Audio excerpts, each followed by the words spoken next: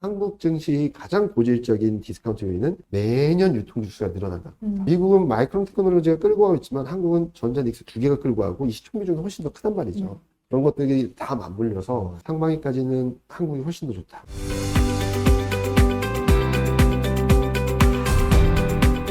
오늘 또 FOMC 결과가 있었잖아요. 네. 예상했던 대로 금리를 동결을 했는데 이걸 그러면 이제 미국의 경제가 양호하다 이렇게 볼 수 있는 걸까요? 성명서 자체에 경제에 대한 판단이 되게 강해졌어요. 그리고 12월만 하더라도 고용이 불안하다라고 해서 금리 인하를 했다라는 병문으로 샀는데 이번에는 고용 불안을 빼버렸거든요. 그러면서 경기도 탄탄하고 고용 불안도 좀 후퇴했고 그래서 금리 동결을 했다라는 시그널이 될 수 있는데 다행히 파월 연준의장이 기자회견 과정에서 금리 인상은 다음 패스에 없다라는 걸 분명히 명확하게 해줬고 그리고 물가에 대해서도 되게 긍정적으로 평가를 하면서 장중에는 막 굉장히 등락이 있었거든요. 채권물도 튀고 달러도 튀고 증시도 마이너스고 하고 그랬다가 파월 연준의장 나와서 연설하면서 금리도 진정되고 채권물도 진정되고 전반적으로 장중 등락은 있었는데 결과적으로 따져보면은 그냥 중립적이었다라고 생각하고 있어서 일단은 시장 컨센서스 자체가 95%가 1월 달에는 금리 인하는 없다. 금리 동결이다라는 컨센이 있었어가지고 근데 지금 이런 문구 성명서 변경이라는 건 좀 크거든요. 파월 연준의장의 발언들은 다음 달에도 바꿀 수 있고 하긴 한데 문구 변경은 되게 의미가 있는 거라서 저희는 원래 3월, 6월 금리 인하를 봤던 것들을 6월, 9월로 좀 확대시켰다 정도 보시면 될 것 같아요. 물론 경기 상황이나 물가나 고용 상황을 보면은 좀 바뀔 수는 있겠지만 그래서 저는 2월 초에 발표되는 1월 고용, 3월 초에 발표되는 2월 고용이 되게 중요하다고 생각하거든요. 물가는 안정되고 있다는 것을 확실하게 보여줬어요. 파월 연준장이.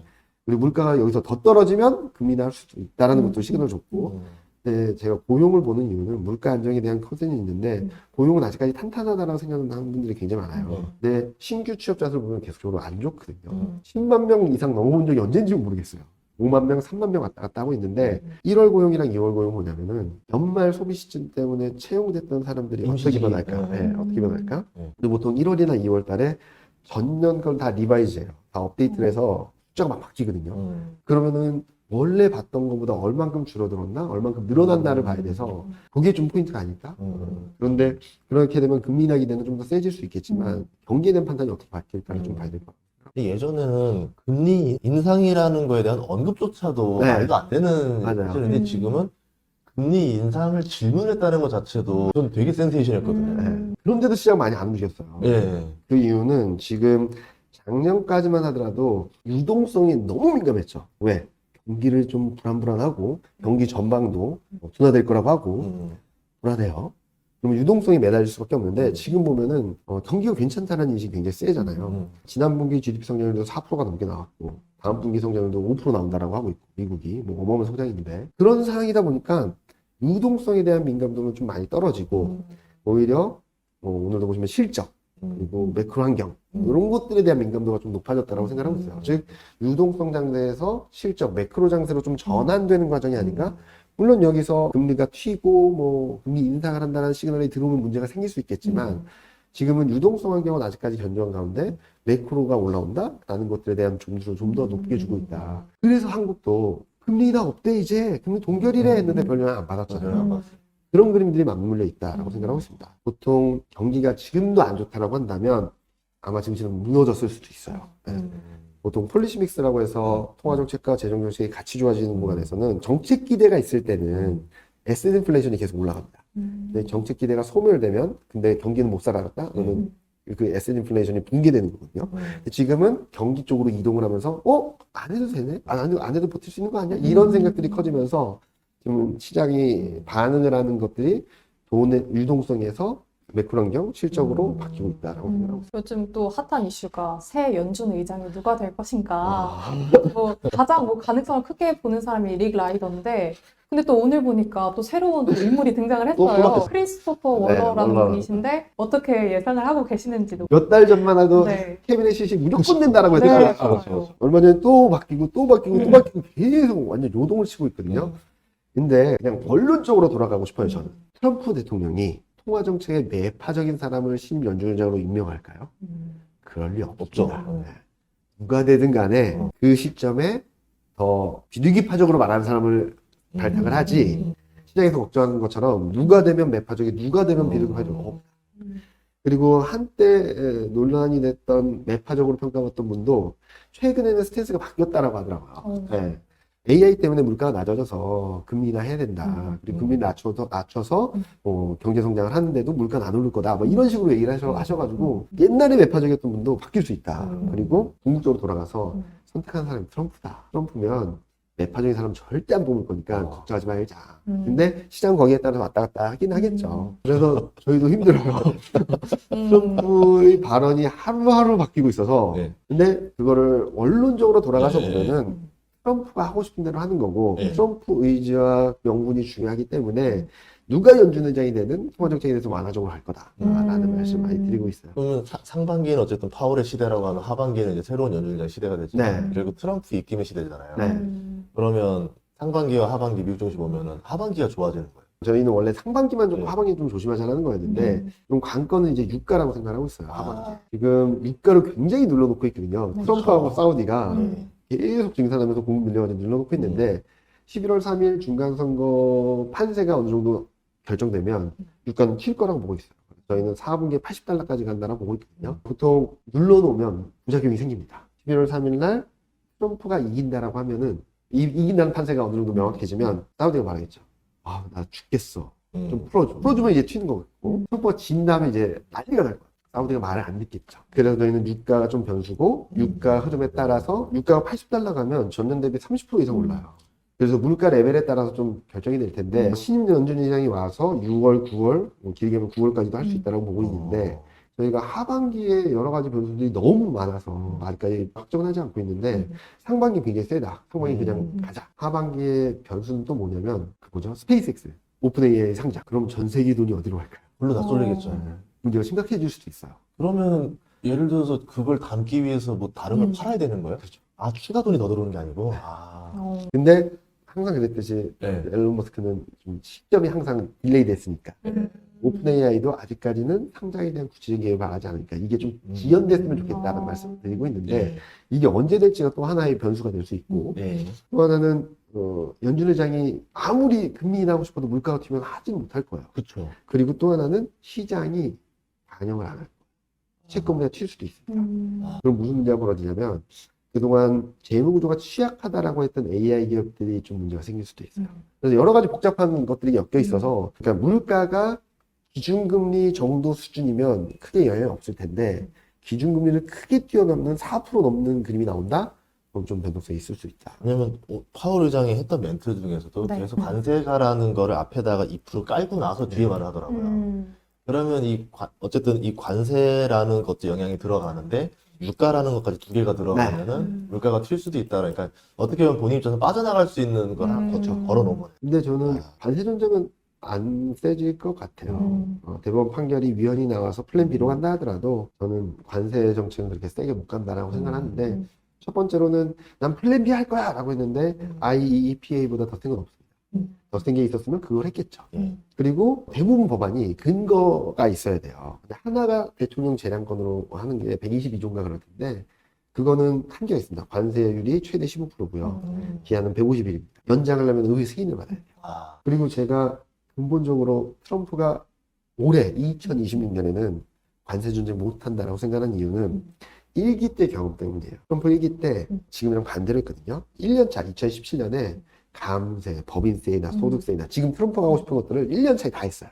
그래서 지지율도 오르고 그때 반도체 사이클도 좋아서 기분이 좋은 거죠. 2018년 되면서 자 중국을 때리겠어. 그래서 중국을 2018년 3월부터 무지하게 때려요. 관세 전쟁을 펼쳤더니 사람들은 박수를 치지만 주식이 떨어지고 물가가 오르면 그래서 졌어요. 그래서 뒤집은 겁니다. 1년 차 때 시장이 부담될 만한 건 다 했어요. 그리고 11월 달에 꾸역꾸역 무역협상 다 했습니다. 그리고 미중 무역협상에서 야 우리 1년 동안 싸우지 말자. 언제까지? 2026년 11월 중순까지 싸우지 말자. 이걸로 일단락하고 이제 재정 확대해야지 그러면서 그때쯤 많이 나왔던 게 소비 쿠폰 준다는 얘기들이 되게 많이 했거든요. 왜냐면 1,500억 달러 관세 수입이 있으니까 이걸로 소비 쿠폰 준다는데 헌법 소원으로 이렇게 막혔잖아요. 이게 풀리면은 이제 좀 트럼프는 이제 관세나 이런 것들 대외 정책을 버리고 이제 대내 정책 드라이브로 좀 세게 가서 아까도 말씀드렸던 내수주들이 미국 내수주들이 조금 더 좋을 수 있다고 말씀드렸던 거는 소액 쿠폰 지급, 법인세이나 소득세이나 이런 것들 하면은 조금 그쪽이 좀 더 살아나지 않을까라는 생각을 하고 있습니다. 그럼 우리나라가 미국 수출하니까 뭐 네. 반도체, 네, 자동차 네. 이런 거 가전 다. 좋겠죠. 예. 어. 근데 이미 한국 수출 좋아요. 예. 그러니까 많은 분들이 미국이 관세 부과하면은 글로벌 교역이 망가질 거야, 안 좋아질 거라고 하는데 중국 수출 잘하고 한국 수출 잘하고 있습니다. 왜 그러냐면 옛날처럼 미국 의존도가 그렇게 높지 않고 나머지 애들이 덩치가 너무 커졌어요. 특히 아세안 지역. 그래서 수출이 계속적으로 호조를 보이고 여기다 반도체 가격까지 올라주니까 1월 20일까지 수출 보면은 전년 대비 반도체 수출이 70%입니다. 그리고 같이 수출이 좋았던 게 무선 통신기, 컴퓨터 이런 것들이라서 전반적으로 수출이 견조한 모습을 보여주는데 미국까지 올라와 주면 올해 굉장히 좋은 모습을 보여주겠죠. 요새 좀 바뀐 거는 엔화가 갑자기 좀 올라가고 있어요. 네. 그러면서 이제 미국의 유동성이 좀 빠지는 거 아니냐라는 우려도 있는데 그건 어떻게 봐야 돼요? 일단 엔화가 너무 약세로 가는 것들에 대해서 미국에 대한 경쟁감들이 좀 센 것 같아요. 달러 강세 압력을 높일 수 있으니까. 그러면서 뉴욕 연은에서 체크를 했다는 것들이 나오면서 엔화가 급락을 했고 네. 달러는 급락했잖아요. 그건 확실한 경고 시그널입니다. 여기까지 잘 안 가요. 뉴욕 연은에서 그런 식으로 행동을 하지 않고 하더라도 이렇게 오픈되지 않습니다. 그래서 투기 세력에 지금 보면은 엔화 약세 배팅에 좀 세지고 있어요. 그동안에 엔화 강세 배팅이 더 많았는데 최근 들어서 엔화 약세에 대해서 매도 배팅이 좀 세지고 있으니까 여기에 경고 시그널을 준 거고 그리고 그 전에 베센트 재무장관이 한국 원화에 대해서도 얘기했어요. 맞아요. 그러니까 전반적으로 다른 통화들이 약세 압력이 너무 센 것들에 대해서는 구두 발언이나 아니면은 여러 가지 체크 포인트를 해서 좀 제어하려는 모습이지 않을까라는 생각을 하는 거고요. 그래서 저희는 엔화는 강세 갔다 약세 갔다 왔다 갔다 할 것 같아요. 왜 그러냐면은 일본 입장에서 엔화 약세가 넘어가도 문제고 엔화 강세가 넘어가도 문제거든요. 그래서 엔화 강세가 심하다 하면 약세 유발할 만한 발언 해주고 그래서 일각에서는 일본 은행하고 공조한 거 아니냐라는 얘기가 나올 정도로 지금 환율 컨트롤을 조금 신경 쓰고 있다고 생각하고 있습니다. 그래서 한쪽 방향으로 밀리는 것보다도 좀 천천히 가는 그림 아니면은 박스권에 가둬버리고 싶은 마음들을 조금 대변하고 있다라고 생각합니다. 그러면 그게 시장에 이렇게 영향을 주지 않겠네요. 시장이 일정 부분 환율 시장에 영향을 주긴 하겠지만 특히 엔화가 움직이면 엔캐리 청산에 대한 공포들이 있는데 그러진 않을 거다. 뉴욕 연은이나 이런 데서도 계속적으로 체크를 하는 거죠. 그래서 너무 걱정하지 말자. 그럼 뭔가 말씀을 들어보면 미 증시도 좋을 또 호재가 또 많고 또 국내 증시도 너무 좋은데 네.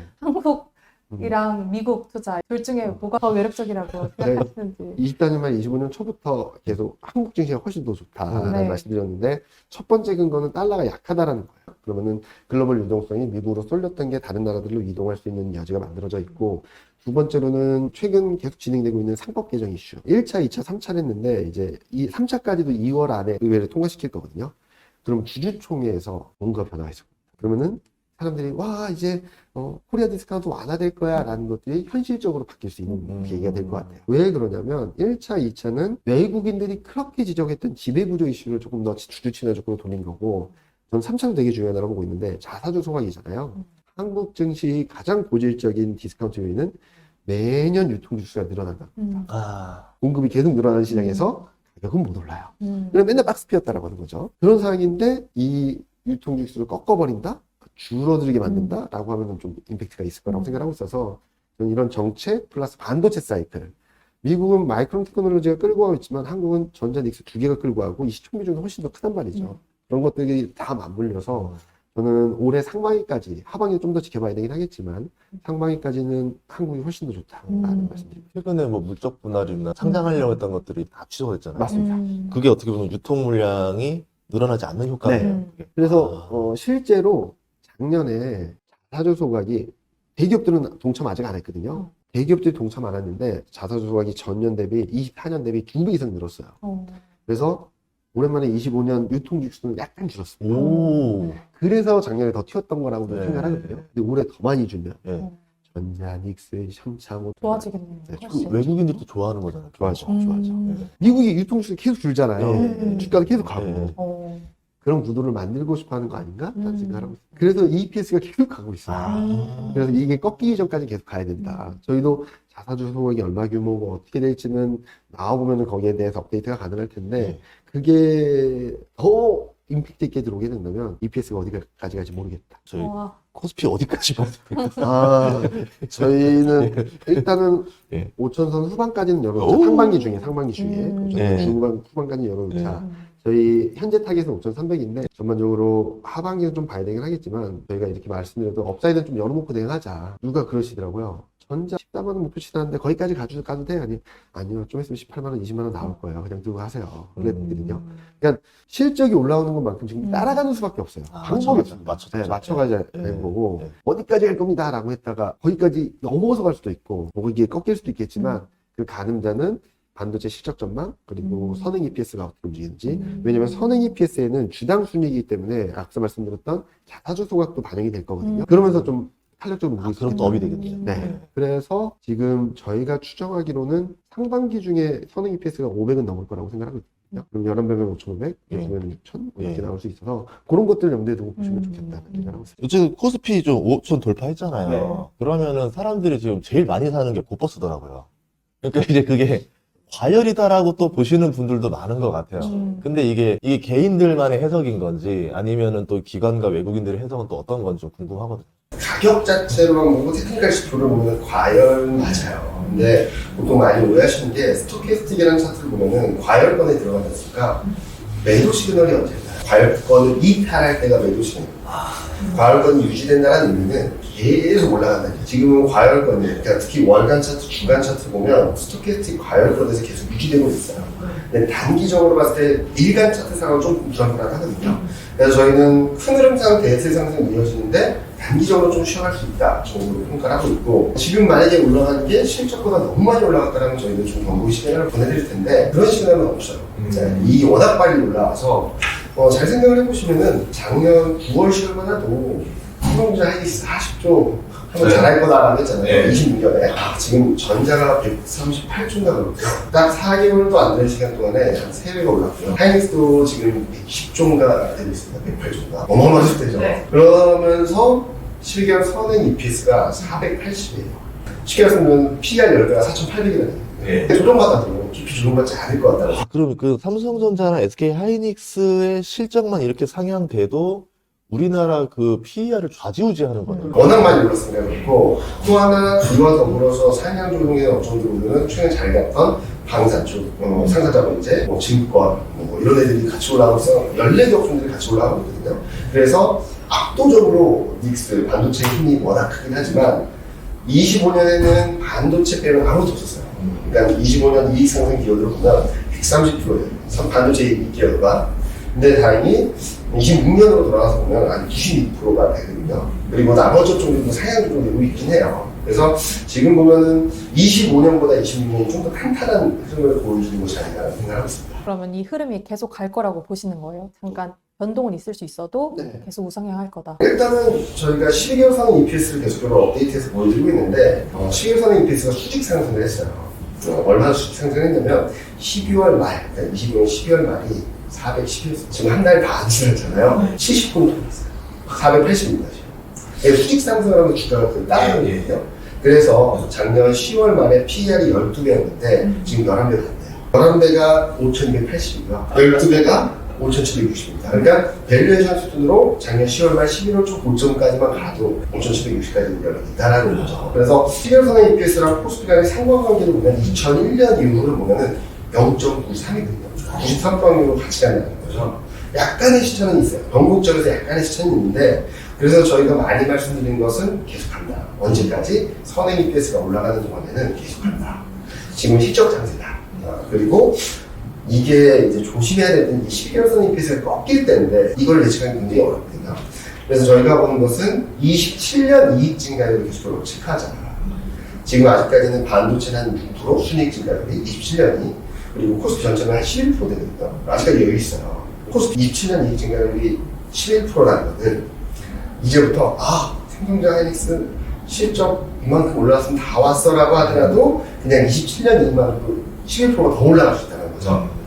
그러면 480에서 훨씬 올라갈 수 있는 그림이죠. 근데 문제는 어떻게 되냐면 26년 이익 전망치가 더 빠르게 상향 조정돼서 27년치를 넘어설 경우 그러니까 26년, 27년 이렇게 됐을 경우는 시간이 지나면서 선행핏을 꺾일 수 있다는 얘기를 한 거죠. 그래서 저희는 27년 이익 증가율이 마이너스가 되기 전까지는 그냥 가는 거예요. 진짜 요즘 속도가 너무 가파르다 보니까 좀 겁이 나기도 하는데 또 요즘 기관의 이 흐름을 보면 코스피에서 계속 매도를 하면서 몇 조 원을 코스닥으로 네. 가고 있었죠, 또. 네. 예. 이 흐름 어떻게 보시나요? 일단은 그 시작점은 지난주 금요일 정부 차원에서 코스닥 3천이라는 포인트를 얘기를 하면서 여러 가지 대책들을 내놨는데 근데 그동안 무슨 일이 있었냐면 코스닥 활성화 대책 계속 내놨어요. 근데 워낙 전자와 닉스와 현차가 계속 치고 올라가니까 이걸 묻혀버렸던 거죠. 그러면서 코스닥 3천이라는 얘기가 나오면서 다시 되돌아보니까 이런 정책들도 있었어. 그리고 지금 보면은 워낙 코스피에 쏠림 현상이 심하다 보니까 거기에 좀 소외되었던 자금 또 하나는 개인 투자자들이 ETF 매수세가 좀 기반적으로 움직이는 그림이 아닌가라는 생각을 하고 있어요. 그러면 코스닥은 계속적으로 갈 것인가? 코스피가 쉬더라도 코스닥은 좀 더 잘 가는 그림들을 예상을 하고 있습니다. 보통 계절성을 보면 1월, 2월에는 2000년 이후 2025년까지 평균을 보면 코스피는 왔다 갔다 이렇게 보합니다. 1월달도 보합, 2월달도 보합인데 코스닥은 평균 2% 이상 올랐습니다. 왜 그런가 봤더니 코스피 대비 상장률을 보셔도 매년 1, 2월 때 탕 튀어요. 이 튀는 이유는 예산 때문인가?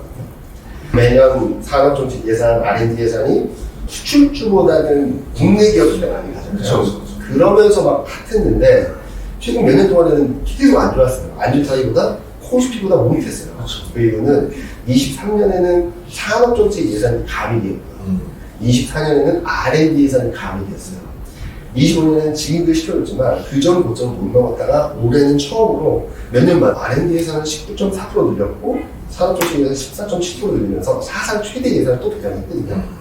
그러면서 좀 변화가 있던 것이 아닌가라는 생각을 하는 거고 그러면서 최근 코스닥 활성화 대책에는 연기금의 벤치마크에도 코스닥을 넣어라 그리고 연기금의 0.5%포인트 기준 더 올리자 이런 식으로 얘기가 나오면서 그쪽에서 좀 움직임들이 빠르다 보니까 코스닥 쪽으로 굉장히 센 매수가 들어가고 있다고 생각하고 있습니다. 미국 증시 보시면 애매해요. 3달 전만 해도 서학개미들이 한국 증시로 오면은 좀 어드밴티지 주겠다 했을 때 사람들이 무슨 소리냐 미국 증시 더 가지 라고 했는데 지금 딱 그때 이후를 보니까 그때 넘어올 거리라고 후회하시는 분들이 많더라고요. 그 얘기는 미국 증시는 안 올랐다는 얘기 아니에요? 재미가 없어졌다는 거죠. 바뀌었어요 입장이. 첫 번째 시작은 저는 달러 약세라고 생각하고 있어요. 달러가 강세를 보이는 구간에서 전 세계에서 돈이 빠져서 S&P 500, 나스닥으로 돈이 다 갔습니다. 근데 작년 1월달 달러 인덱스 110일째부터 쭉 내려왔잖아요. 그때부터 미국에서 돈이 빠지기 시작합니다. 그 강도는 세지 않았지만 저희는 달러 인덱스가 상반기 중에 90% 초반대로 갈 수 있다고 보고 있거든요. 좀 돈이 더 빠져나가겠죠. 그런 와중에 제가 더 재미없을 거라고 생각했던 거는 12월 달에 있었던 AI 버블. 근데 저는 버블이라고 생각하지 않습니다. 네, 왜냐면은 나스닥의 12개월 선행 PER을 보면 20년 고점, 21년 고점, 23년 고점 계속 낮아져요. 고점이. 이 말은 무슨 말이냐면 실적보다 주가가 많이 높았다는 얘기예요. 요즘에 낮아졌다는 얘기는 버블이 아니겠죠. 제가 왜 그때 나스닥도 그럴 적이 없을 거라고 생각했냐면 수익성 악화 논란이 나오면서 이제 각자 논쟁이 된 거예요. 종목별로 따로 움직인다는 거죠. 그전에는 AI가 다 같이 올라서 나스닥 지수 몇 주 만에 한 10% 10% 뛰고 조정받으면 갑자기 5% 빠지고 또 10% 뛰고 막 이런 흐름이었는데 그때는 다 같이 움직였어요. 오라클, AMD 다 움직였다. 근데 작년 12월 이후에는 다 엇갈리기 시작했거든요. 종목별로. 근데 최근 보면 마이크로 테크놀로지는 날아가고 있는데 브로드컴이나 이런 데 아직까지 흡도 못했고 그러니까 엇갈리고 있어요. 그래서 이것들을 합쳐보면 탄력이 확 떨어진다는 거예요. 지수 자체는. 그래서 지금 나스닥은 개별 투자가, 개별 주식이 맞다고 생각하고 있고, 만약에 지수 투자를 하시면 저는 S&P 500이나 다우가 조금 더 매력적이지 않을까. 그거는 또 멀리 가다 보면 11월 3일 날 주가 있으니까 좀 뭔가 하겠죠. 그리고 대법원 판결이 나오면은 지금 1,500억 달러 관세 수익을 어떻게 하느냐가 문제인데, 이거를 돌려주라고 해도 내수주가 움직일 수 있고, 이걸 안 돌려주고 트럼프가 써도 내수주가 조금 좋은 흐름이라서, 저는 빅테크는 개별 투자, 개별 주식 투자, 지수 투자는 다우나 S&P 500 그렇게 보고 있습니다. 그리고 환율이 지금 며칠 새에 갑자기 급락을 했잖아요. 방금 말씀하신 그 달러 약세 영향도 준 것 같은데 이렇게 되면은 그 코스피로 자금이 더 들어오게 되는 거예요? 외국인 자금이? 근데 많은 분들이 물어보셨던 게 원 달러를 오르는데 왜 외국인을 사냐? 이런 질문 진짜 많았거든요. 그렇죠. 근데 저는 심플하게 비유를 했을 때 되게 좋은 술에 반찬은 숙주나물, 안주는 툭불 등심, 잘 구워진 소고기. 뭘 드시겠냐? 한국은 있죠. 무슨 말이냐면 숙주나물이 하늘이에요. 그리고 소고기는 실적, 업황. 심플하게 말씀드리면 그거죠. 이익이 50% 날아가는데 확률이 10% 뛸까봐 걱정이 돼서 판다? 말이 안 되는 거잖아요. 지금은 그런 상황이라고 생각하고 있어요. 그래서 9월, 10월 달하고 지금 패턴이 되게 비슷한데 9월, 10월 달에도 원달러는 계속 올랐는데 12조 7천원 샀습니다. 지금도 좀 비슷한 흐름인데 아마 원달러는 좀 더 떨어지면 좀 살 것 같고 좀 많은 분들이 그래도 최근 보면은 외국인 많이 안 사고 좀 팔고 있는 거 아니냐. 대부분 반도체하고 자동차를 팔아요. 22개에서 23개 정도 삽니다. 많이 오른 애들 좀 찰실하는 거지. 한국은 떠날 가능성이 굉장히 낮다라고 생각하고 있죠. 그래서 지금 현재 보면은 저희는 외국인이 계속 들어올 거고 환율이 좀 안정되면 좋은 부분을 만들어줄 수 있다. 그렇게 되면 진짜 매수세가 계속 지속적으로 들어올 수 있겠네요. 네, 저희는 그렇게 보고 있고 지금은 좀 차익 실현 구간이다. 네, 워낙 급등했으니까 좀 이렇게 차익 실현하고 조정받으면 좀 올라갈 텐데 한번 이동평균선을 52동평균선하고 202동평균선하고 놓고 보세요. 이건 외국인이 보는 차트거든요. 미국 사이트는 기본 세팅이 50하고 200입니다. 그리고 잘 보시면 잘 가는 종목은 51선 잘 가요. 지난번에도 닉스하고 전자는 51선 지지받고 이렇게 올랐거든요. 그래서 이번에도 51선 지지받으면 다시 간다. 그러면 투자 힌트가 나왔네요. 네. 51선을 건드리는 그 구간이 왔을 때는 네. 매수를 하는 타이밍인 거고 확 떠버리면 좀 매도는 차익 실현하고 네. 외국인의 똑같은 관점으로 들어가는 거죠. 그게 쉽지 않은데 그냥 들고 가자. 네. 그러니까 꼭 말씀드린 게 물어보세요. 지금 여기서 팔았다 다시 사도 돼요? 꼭 물어보시는데 그런 거 해보셨어요? 물어봐요. 아니요? 그러면 그냥 들고 가세요. 네. 18만 원에 팔아서 15만 원에 살 수 있는 분이니까 내 매수가가 10만 원인데 그런 분이면 팔았다 사도 되는데 나는 이 매수가격이 있어서 더 싸게 살고 싶어라고 하는 분들은 그 가격 안 오니까 그냥 들고 가세요라고 말씀드리거든요.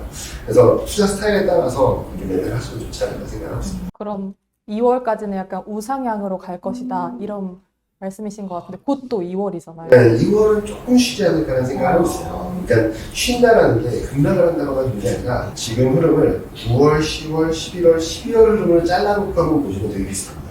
그때도 7, 8월 박스권 9월 달부터 전자랑 닉스가 실적들 막 상향 조정되면서 쫙 치고 왔거든요. 근데 전반부, 그러니까 전자의 실적 가이던스 발표되기 전에는 완전히 반도체만 다 끌고 나머지는 다 죽어 있었다가 실적 가이던스 나오면서부터 전자 닉스도 오르지만 나머지 업종들이 오르면서 또 끌고 왔거든요. 지금이랑 되게 패턴이 비슷해요. 그런데 실적 시즌이 어느 정도 종료된 뒤에는 좀 쉬었습니다. 11월 3일날 고점 찍고 11월 4일날 장대봉 나온 다음에 한 달 반 정도 쉬었거든요. 그런 흐름이 조금 비슷하게 나오지 않을까라는 생각을 하고 있어요. 지금 올라온 게 12월선의 EPS가 급등을 하면서 올랐는데 시간이 어느 정도 지나면 좀 쉬는 구간이 나올 수 있어서 쉰다라고 해서 뭐 시장이 다 빠진 거냐 그건 아니고요. 만약에 쉬면은 사야 된다. 주도주. 근데 수당매 차원에서는 내수주 그리고 제약바이오 너무 못 올랐던 애들 그런 애들 중심으로 좀 짧게 한 2주에서 한 달 정도 매매를 하시면 여기서 또 플러스 수익을 낼 수 있다고 생각하고 있습니다. 그러면 이제 2월 중순 되면 이제 설날이잖아요. 네. 그쵸. 이제 아마 가장 인기가 많을 것 같아요. 우리 이서방 안 오나? 그러면 이제 뭐 명절에 이제 가족들이 뭐 사야 되냐 뭐라 물어볼 건데 어떻게 조언을 주실 거예요? 일단은 그때 가격 레벨을 봐서 그냥 전자는 떨어지면 사세요, 엑스도 떨어지면 사세요라고 하는데 가장 많이 물어보시는 게 그럼 언제 사라고 다 물어보세요. 근데 제가 요즘 가장 많이 말씀드린 건 피라미딩 전략을 한번 세워보자라는 생각을 하고 있어요. 주식 언제 사지? 라고 생각할 때 그 가격에 내가 100을 산다라고 가정했을 때 5라고 사자. 그리고 반대하면 다른 종목들도 아직 안 오른 애들 사면 되는 거고 내려오면은 5 샀으니까 여기서 10 사고 또 떨어지면 15 사고 30 사고 40 사고 해서 이제 피라미딩 전략을 하자라고 하는데 왜 이런 것들을 계속 강조드리냐면 제가 가격을 말하면은 그 가격대에 못 살 가능성도 있고 그 가격대가 안 올 수도 있어요. 그렇죠? 네. 이건 실제 사례인데 10만 원 하는 주식이 갑자기 쫙 치고 올라가서 10만 원에 했는데 9만 원에 사야지 얘기를 했어요. 뚜껑 떨어져 9만 1천 원이 있어요. 8만 원에 사야지.